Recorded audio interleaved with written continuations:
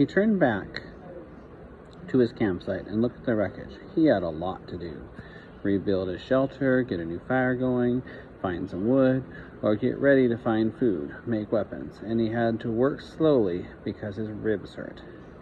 First things first, he tried to find some dry grass and twigs, then pull bark from a nearby birch to shred into a fire nest. He worked slowly, but even so, with his new skill, he had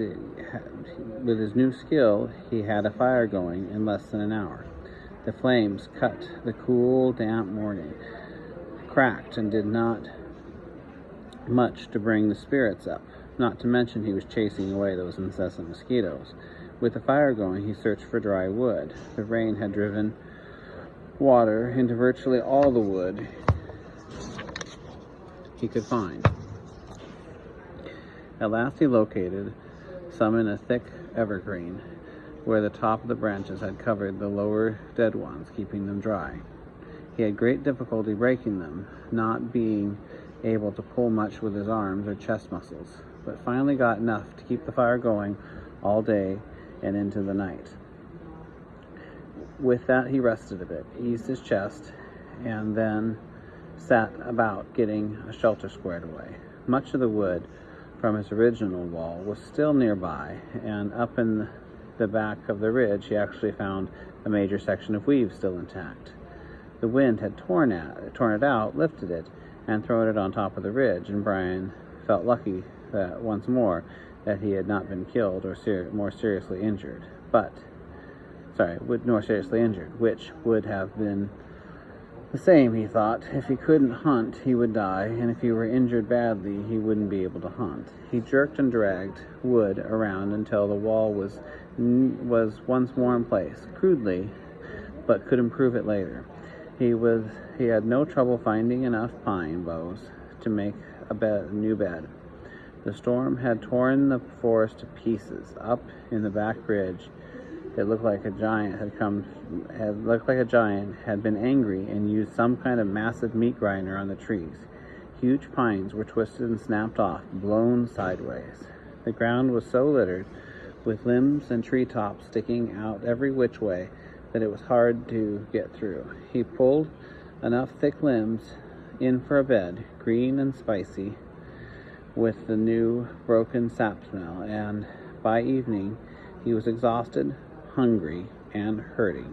But he had something close to a place to live again, a place to be. Tomorrow, he thought, as he lay back in the darkness, tomorrow maybe the fish would be back and he would be to make a spear and new bow and get some food. Tomorrow he would find food and refine the camp and bring things back to sanity once more from one completely insane day. He faced the fire. Curbing his body, he rested his arm and began to sleep when a picture came into his head. The tail of the plane sticking into the water. There it was, the tail sticking up, and inside the plane, near the tail somewhere, was a survival pack. It must have survived the crash because the plane's main body was still intact. That was the picture, the tail sticking up with the survival pack inside, right there in his mind as he dozed. His eyes snapped it open. If I could get the pack, he thought. Oh, if I could get the pack. It probably has food and knives and matches. It might have a sleeping bag. It might have fishing gear. Oh, it must be such a wonderful thing. And if I could get the pack and just get through some of those things, I would be so rich if I could get the pack. Tomorrow. He watched the flames and smelled. Tomorrow, I see. All things come tomorrow. He slept deep and down with the only picture of the plane tail sticking in his mind. A healing sleep. In the morning he rolled out before the true light. In the gray dawn he built up the fire and found more wood for the day, feeling almost chipper because his ribs were much better now.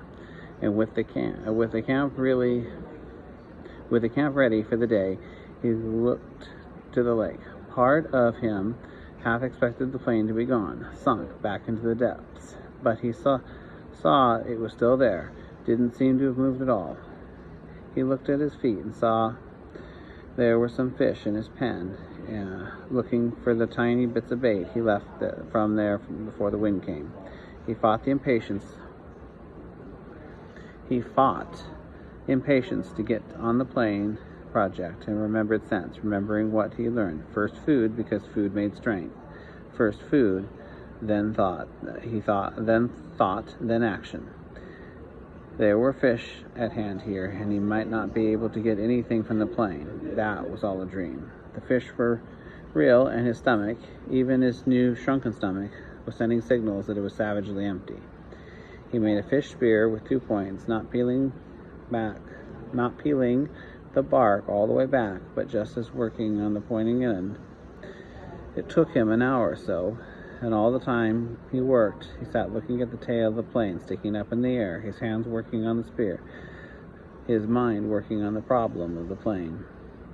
When the spear was done, although still crude, he jammed a wedge between the points of the spear and spread them apart, and went to the fish pond. There were not clouds of fish, but at least 10, and he picked out one of the larger ones, rounded almost 6 inches long, and put the spear point in the water and held it, and then thrust with a flickering motion of his wrist when the fish was just above the point.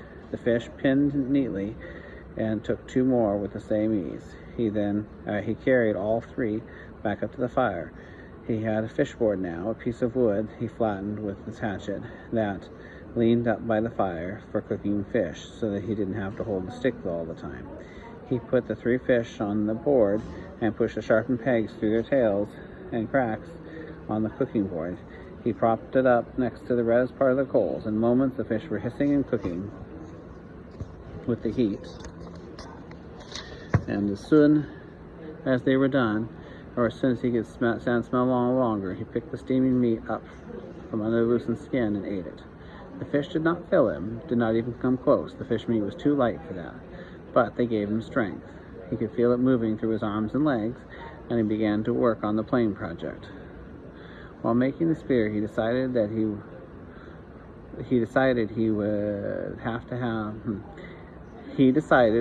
what he would have to do is make a raft and push paddle the raft to the plane and tie it there for a working base. Somehow he would have to get into the tail, inside the plane, rip it or cut it his way in.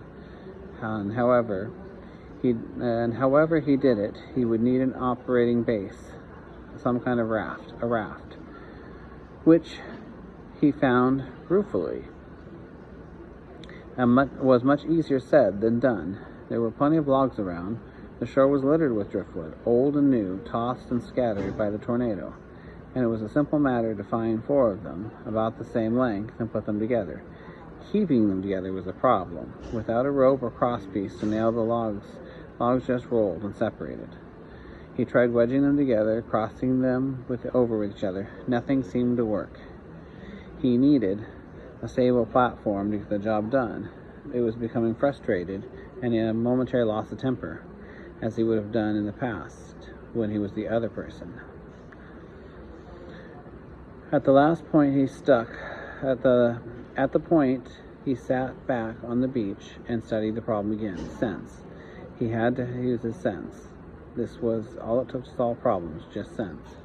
It then came. The logs he selected were smooth and round with no limbs. He needed logs with limbs sticking out. They could then cross the limbs of one log over the limbs of another and weave them together, as he had done with his wall, the food shelf cover, and the fish gate. As he scanned the area above the beach, he found 4 dry treetops that had been broken off in the storm. These had limbs, and he dragged them, worked together on the water's edge, and fit them together. It took almost a day. The limbs were cluttered and stuck any which way, and he would have to cut one to make for another to fit. Then cut one from another log and come back to the first one, and then still another from the third log, which would have to be pulled in. But at last, in late afternoon, he was done, and the raft, which he called brush pile, one for its looks, hung together even as he pulled it into the water on the beach. It floated well enough. They flow in the water. And in the excitement, he started for the plane. He could not stand on it, but he would have to swim alongside. He was out to chest depth when he realized he had no way to keep the raft at the plane. He needed some way to tie it in place so he could work from it. And for another moment, he was stymied. He had no rope and no bowstring, and the other cut shoestring in his tennis shoes, which were now looking close to dead. His toes were showing at the top. Then he remembered his windbreaker and found the tattered part he used for the arrow pouch. He tore it with narrow strips and tied them together to make a rope or tie down about 4 feet long. It wasn't strong. He wouldn't be able to use it, pull it like Tarzan and swing from tree to tree, but it should hold the raft in place. Once more he slid the raft onto the beach, out of the water, until he was chest deep. He had left tennis shoes in the shelter, and when he felt the sand turn on the mud between his toes, he kicked off the bottom and began to swim. Pushing the raft, he figured, was about like trying to push an aircraft carrier. All the branches stuck into the water dragged and pulled. The logs caught themselves in any forward motion, and he'd gone about 20 feet when he realized it was going to be much harder than he thought to get the raft to the plane. It barely moved, and he kept going this way. He would just be able to reach the plane by dark. He decided to turn back again, spend the night, and start early in the morning. And he pulled the raft onto the sand once more and scraped its dirt with his hand. Patience. He was better now with impatience, but impatience still guided him a bit. So he sat on the edge of the fish pond with a new spear and took 3 more fish, cooked them and ate them, which helped pass the time until dark. He also dragged more wood, endless wood, and then relaxed and watched the sun set over the trees in the back ridge. West, he thought. I'm watching the sun in the west. And that way was north, where his father was, and that way was east, and that way was south. Somewhere to the south and the east his mother would be. The news would be on television. He visualized his mother doing things he visualized more easily his mother doing things than his father, because he had never been where his father lived now. He then knew everything about his mother. He knew everything about how his mother lived. She would have the small television on the kitchen counter and be watching the news and talking about how awful it was in South Africa, or how cute and the baby in the commercial looked, talking and making sounds, cooking sounds. He jerked his mind back to the lake. There was great beauty here, almost unbelievable beauty. The sun exploded in the sky, just blew it up with a setting color. The color came down with the water of the lake, lit in the trees. Amazing beauty. He wished he could share with somebody and say, look over there and see that. But even alone, it was beautiful, and fed the fire. And he fed the fire to cut the night chill. There it is again, he thought, that late summer chill in the air, the smell of fall. He went to sleep thinking about a kind of reverse question. He did not know if he would ever get out of this, could not see how it might be, but if he did somehow get home and get back to living the way he lived, would it be just the opposite? Would he be sitting watching television and suddenly think about the sunset in the back of the ridge and wonder what color it looked like, what color the lake looked? How the color looked in the lake? Sleep. In the morning, the chill was more pronounced, and he could see tiny wisps of vapor from his breath. He threw wood on the fire and blew it until it flamed, and then banked the flames at last. He went to the lake. Perhaps the air was so cool the water felt warm, as he waded in. Perhaps because the air was so cool, the water felt warm as he waded in. He made sure the hatchet was still at his belt and the raft held together. Then set out, pushing the raft and kicking towards the tail of the plane. As before, it was very hard going.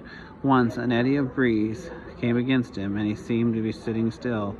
By the time he was close enough to the tail to see the rivets of the aluminum, he had pushed and kicked for over 2 hours, was extremely exhausted, and wished he had taken some of the fish or two to have breakfast. He was also wrinkled as a prune and ready for a break. The tail looked much larger when next to it, with a major part of the vertical stabilizer showing, and perhaps half of the elevators.